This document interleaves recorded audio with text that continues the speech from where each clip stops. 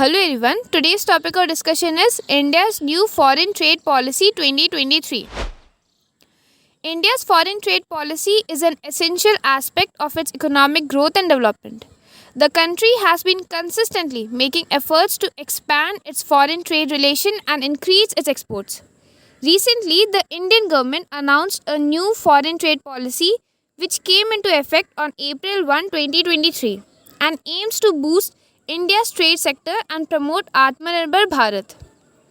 The new policy is expected to bring significant changes and opportunities for Indian businesses to enhance their global competitiveness. Now guys, let's know the main focus of the new foreign trade policy. First is integration into the global value chain. The foreign trade policy aims to increase India's share in global trade by integrating it into the global value chain. The government will focus on improving infrastructure, logistic and supply chain efficiency to create a conducive environment for exporters. Second is trade facilitation through technology and digitization. The FTP emphasizes the use of technology and digitization to facilitate trade. The government is working on developing an e-commerce platform to enable exporters to reach out the global markets easily. Additionally, the FTP offers various schemes and measures to facilitate exports, such as export incentives, duty drawbacks, and export promotion capital goods scheme. Third main focus is inclusive approach. The FTP aims to benefit all stakeholders in the export ecosystem, including smaller players.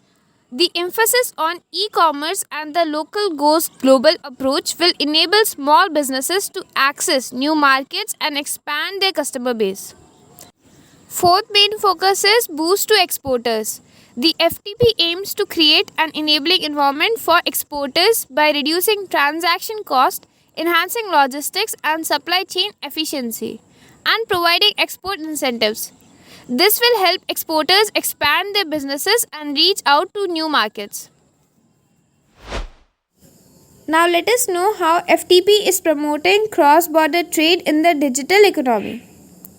The FTP not only extends benefit available under the FTP to e-commerce exports such as export incentives and duty drawback, but also raises the value limit for exports through courier to INR 10 lakh per consignment and promotes e-commerce exports through the postal routes.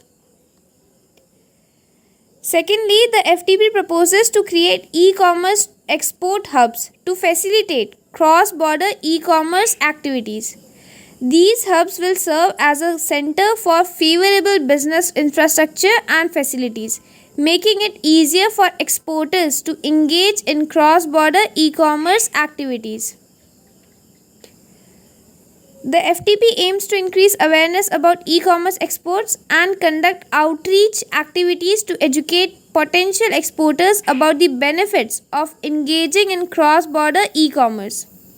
The government will also take measures for skill development and capacity building in partnership with other government authorities and knowledge partners.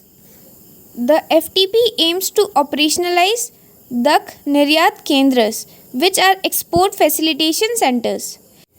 These centers will facilitate cross-border e-commerce and enable artisans, weavers, craftsmen and MSMEs in the hinterland and landlocked regions to reach international markets. By doing so, the FTP seeks to empower small and medium-sized enterprises and promote their participation in cross-border e-commerce. Now let us talk about how developing districts as export hubs. FTP is aimed at promoting the development of export hubs at the district level in India. The goal is to identify products and services with export potential in each district and promote them to a wider audience. To achieve this, the FTP proposes to create District Export Promotion Committees (DEPCS) and develop District Export Action Plans for each district, which can be monitored online. These plans will provide a roadmap for the development of export-oriented infrastructure, services and skills in each district.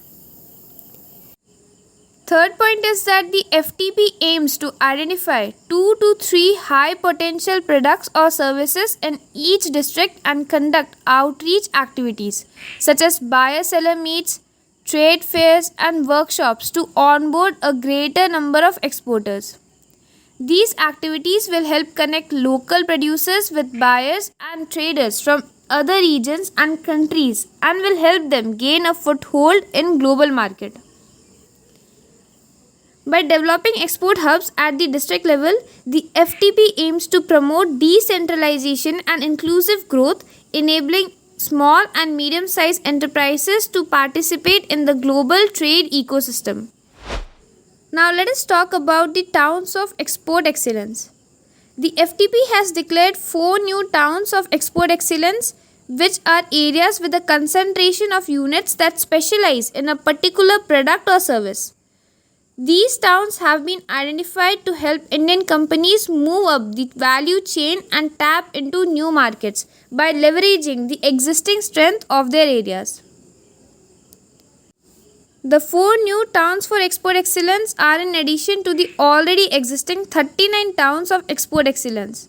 The 4 new towns for export excellence are Faridabad for apparel, then Moradabad for handicrafts, then Mirzapur for handmade carpets and dari, and Varanasi for handloom and handicraft. These towns are known for their high quality products and have established themselves as major export hubs in the country. The recognized association of units in Town of Export Excellence are provided financial assistance under the Market Access Initiative scheme on a priority basis for export promotion projects for marketing, capacity building and technological services.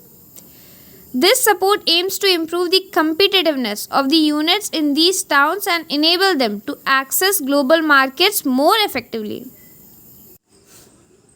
Common service providers in these areas shall be entitled to authorization under the Export Promotion Capital Goods Scheme.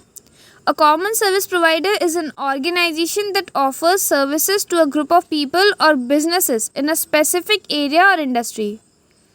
This scheme allows common service providers to import capital goods for their own use at concessional rates of custom duty, subject to fulfillment of certain export obligations. These added benefits will further promote local handicrafts and industries and consequently support the livelihood of artisans. Overall, India's new foreign trade policy aims to boost trade relations, strengthen domestic manufacturing and promote self-reliance. However, its success depends on effective implementation. I hope you like this video. Thank you for watching. Comment below what are your opinion on this topic and don't forget to subscribe this channel for more hot topics like this.